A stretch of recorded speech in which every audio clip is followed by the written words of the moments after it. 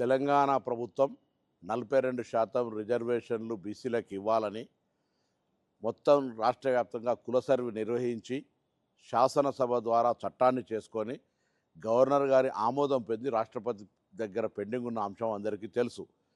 ఈ సందర్భంలో మార్చి 30 నాడు పోయిన బిల్లులు ఇప్పటికీ ఆమోదింపబడకపోవడంతో రాష్ట్ర ప్రభుత్వం ఒకవైపు 2 సంవత్సరాల నుంచి గ్రామ పంచాయతీ స్థానిక సంస్థల ఎన్నికలు లేక కేంద్రం నుంచి నిధులు రాకపోయినప్పటికీ 42% రిజర్వేషన్లు సాధించాలి అనే ఆలోచనతో రాష్ట్ర ప్రభుత్వం అన్ని రకాల చర్యలు తీసుకుంటుంది. ఈ సందర్భంగా శాసనసభలో అన్ని రాజకీయ పార్టీల మద్దతుతోటి బిల్లులు పాస్ చేసినప్పటికీ దీనిలో ప్రధానమైనటువంటి నిర్ణయం తీసుకోవాల్సిన కేంద్ర ప్రభుత్వం మౌనంగా ఉండడము, తదుపరి చర్యలు తీసుకోకపోవడం వల్ల ఈ అమలు జరగడానికి జాప్యం జరుగుతోంది. న్యాయస్థానాల్లో కూడా పోరాటం చేస్తూ ఉన్నాం. రేపు హైకోర్టులో కూడా అఫిడవిట్ దాఖలు చేస్తాం.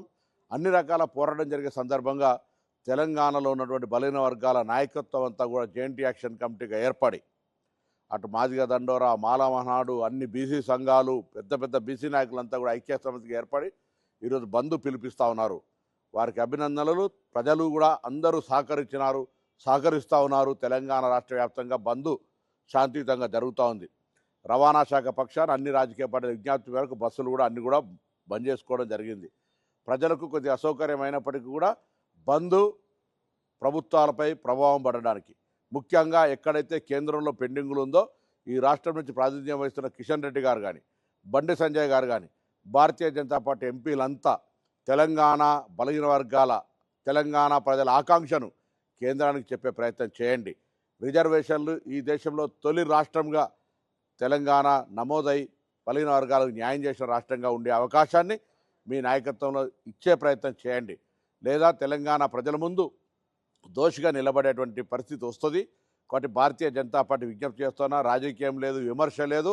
ఈరోజు బాధ్యత మీది, కేంద్రంలో ఉన్న బాధ్యత మీది. రాష్ట్ర వ్యాప్తంగా మా బాధ్యతలన్నీ నిర్వహించినాం. మళ్ళీ ఏ చట్టమైనా ఏ న్యాయస్థానంలోనైనా మా వాదన వినిపించడానికి సిద్ధంగా ఉన్నాం.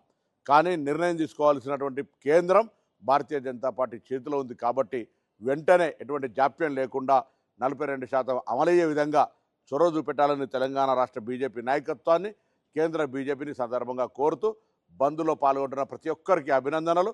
ఈ ఆకాంక్ష ఆనాటి తెలంగాణ ఉద్యమ స్ఫూర్తితోటి ఏ విధంగా అయితే జాయింట్ యాక్షన్ కమిటీగా నడిచిందో ఈ జాయింట్ యాక్షన్ కమిటీ 42% రిజర్వేషన్ సాధించేంత వరకు పోరాటం కొనసాగాలే, ముందుకు నడవాలని శుభాకాంక్షలు తెలియజేస్తూ వారందరి నాయకత్వంలో తెలంగాణ ప్రభుత్వం తప్పకుండా ప్రజాపాలన ప్రభుత్వం 42% కట్టుబడి ఉందనే మాటని సందర్భంగా తెలియజేస్తాను.